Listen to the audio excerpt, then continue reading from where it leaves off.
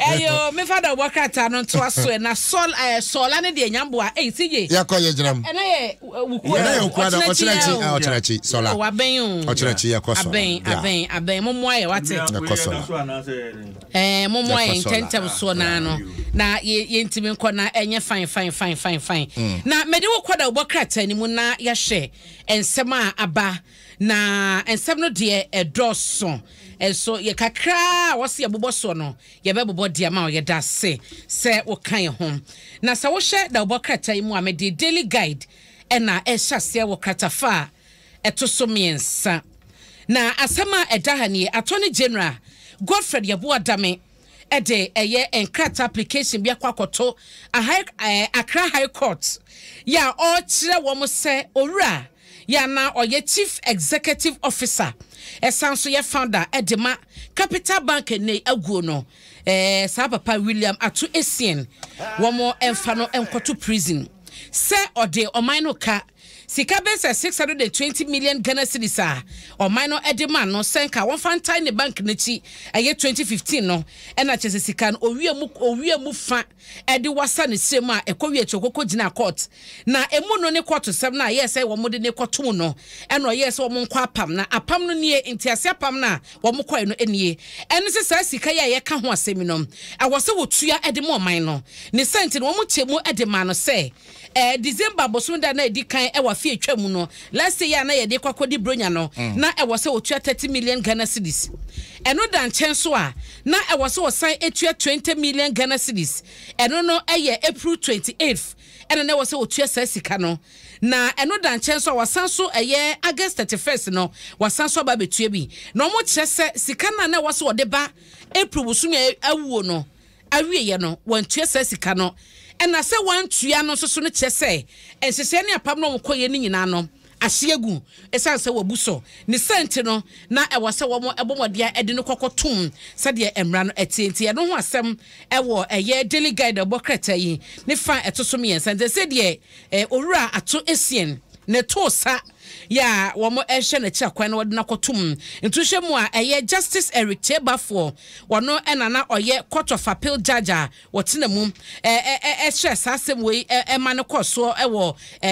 woso otena mu as an additional high court judge ene wo hye ma sasem ye no ekoso ntino eno ho asem ewo ha ba cho saka da obokrata ye nchemu nyina ewo mu na wahunu sadia etienti no wo mo chemu na installment ne ye miensa ya na ewo so tua December 1 April 28th August 31 and December 15 na chese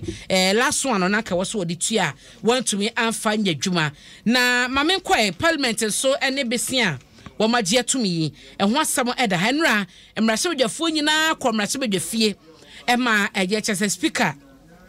edi womanim eden hisa hodo ne eye niema dida eho nyina no eto womanim a ekowi achi no na bosia makoma kunsia womaje ne nyina atum na sa eye besia ya womo kyese aban no epei no eye de ebeboa ama empuntunwuma akoso enti empuntuo sebeba wo hwe bra covid ba ye no man kwa ho yehia mu a ayarsabia facilities a na ye nie na ade aho kyere ba ye no ni nyina ho hyehye ne ho sam ne bi ewo ekeka ho a womo ekogi sika no na enie womo kyese $30 million and womo kwaje afri eye Korea aban no ho eno achi so $60.6 million and $150 million so no ebe free International Development Association IDA ye no eye World Bank Group and ho so ye kwakope sanso and $750 million and also African Export Import Bank eye Afrexim Bank no eho and asasika efri eba na ni nyina no and womo kyese eba beboa ye pa ama project ahodo apomodin fom na eye de keka ho nyina no womo ekopesa sika no ede aba na abaye adwuma na Ghana so no empuntu akoso eho asem ewo daily guide ne fa etoso miensa na mede wo ekokata fatusu ensia se lassa fever ebaye ema omanyi peyifo ehwe apomodi ho nsem so eboye ho dawuro eboye kokko efa ho se yenya hweyie na de akwakọ wie ne se nyame adom Dr. Patrick Kumabuaje ya wono ena oyo penyimpa woda Ghana Health Service ano enne drama toto ne mama ye kasei se lassa fever no afri pampam afri so ama wo mo kyese asi it is over na womo eche se ebra yade no eba ye no cases omo sakan no eye be se aduonu so 27 eno mo confirm ye ya emu no nipa baako ehre ne nkwa na woma de eche mo chese nipa wo twa to a na wonya yade ne bia na wom oda duro so da yare sabia womo hye no obane busu etwam da na etoso edu na sa nipa ne ho to no a womo yi no ekoye efiri ho no ye record case bia sabiem nti no eho asam eda ha se ya empanyefo edi enchemu nyina aba na wo hye katafeto so sia ya so a Ghana eni Japan se no yegusua ya ye hye ni empanyefo so tutu niema ese ya yonkofa ne mu bayire pa na aboa ama ensusue bia ne adwenipo bia ya Japan aban no ewo de mo man Ghana ne yeso ewo de mo no ebewie pay ebegina brane na edi yedie aba nti amampani mi na nadodan kwa kufuado na ne Japanese ye counterpart no so Fumio Kishida eno mu nyina Jubilee House eno mu nyina tiase tenase ekosa entiase apam no eno so ewo daily guide wo krata yi mu a ne fa etoso nsia waka ho asem na mame fa nkọ Ghanaian Times mu na yenhwe amampani akufuado eche se wo hwe peteta kramu pa ne adwumaden a wo moye ene se de Ghana ya akodo no a enche Ghana ebeba beye oman a se eba no se ka moni adeade no a West Africa hanyina no ye na ye bete so ya ye betena so ase obi woni mamu na wo se wo pe ba bia ye assemble cars ene ade no wakwa kotobi a Ghana ene ye oman edikan a ebeba na adwuni mu ewo abibrem atoye efam ha se ya ye West Africa we ene omampani sama oka ene nani sodi hunu ni nyina ene se omampani akufuado edi ani mu mo kokoshe ya ene no wo mo eche se COO yo no ewo Rana Motors wo ma ye inauguration apa dwumade sonko hontoma ya kiafo ese no wo mo ese no mo ba asembu bi ewo Ghana ha sei na chese ye nigi sempa ye nigi sema aba ya eho asam ewo katafan ya tuso dumiensa ewo Ghanaian Times mu picture no wahu Clement Wilkinson wo onyo no joma mpani che ho ye yi waji ni chiche channel lalasi ne dress ne so de political the mansimu ene wo Gan West mansi sa amasama heya fantastic te ho na wo mo eye no disi maybe amete no ye ka wo mentia me patro me baby amete no so ye fruit juice why ye fruit juice nti no ewiase de wanya juice papa no ma nya hoden a de na ye wo se che ye de na benya na ka so wanu juice papa nya wo betumi atwika abena trading enterprise why just so Onu juice ni na so free hakofia watra juice no don be fa trotro enti na fe kama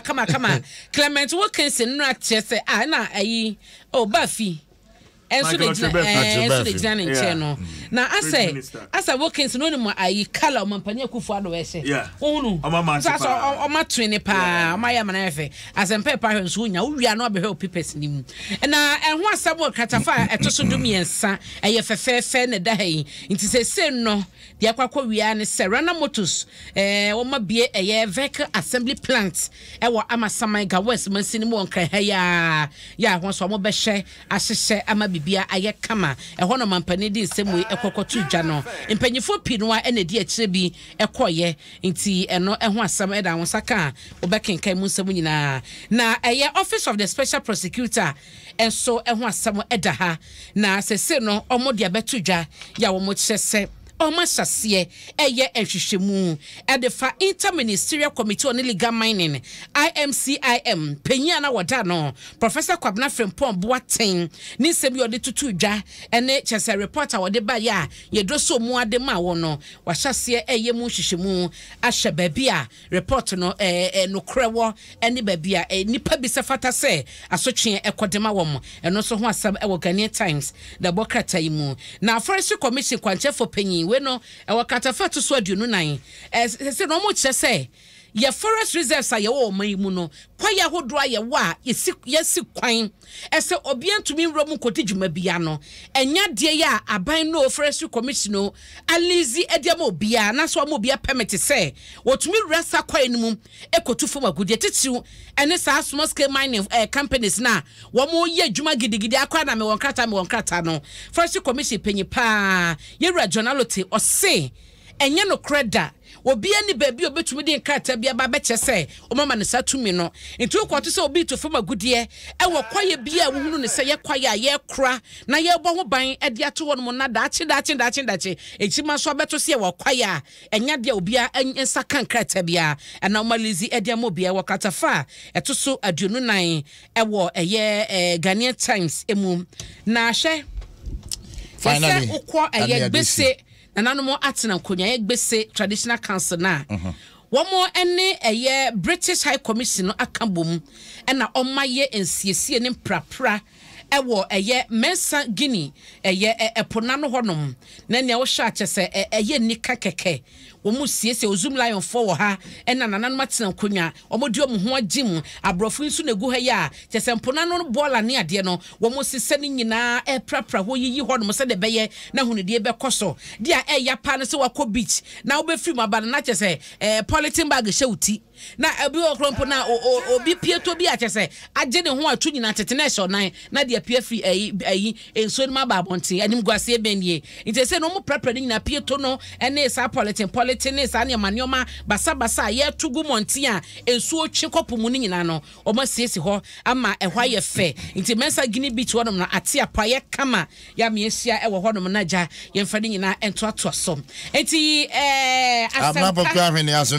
CJ medimosi wate nyame nka mo ho pa na sana mekwa me pacho menye me birthday yi na be you wan braso nti mi amenu be make me ena den krato ya ba na efi Moses Geme me patredino miti afache me wata papa Moses Geme anase Moses Geme wase yen wese na yure a happy birthday Victoria Zade owo Akachi South health directorate no eho no dijuma ena na woda eho voter region ukro munim Akachi me pacho unim ho anka tu fi adaku ya be kire me mesi woni mu anke tu fira da kuru enti akate ho na ye nua ba Victoria ye adwuma na niwra ese owish na happy birthday wo se wo ye pillar power na brabom na woda nyame asese wo de oba wote se wo no edwom no wa wariem so ne ntina mobra nyame hye no mamodo no nye kese wate Vic oni uwra Moses na oba de nye nyina kese but na ye woda enti enjoy your day wate Akachi South apomudin adwuma efo ni nyina wish happy birthday uwra Ghana Commission for UNESCO and Children and I wish you a happy birthday menu ba akosia safo ono so ATM dende diako nyamenka ho atena abna poku ahwene asomdwen kan ye dase ahwene company limited so kikabo What I was for exactly 30 minutes after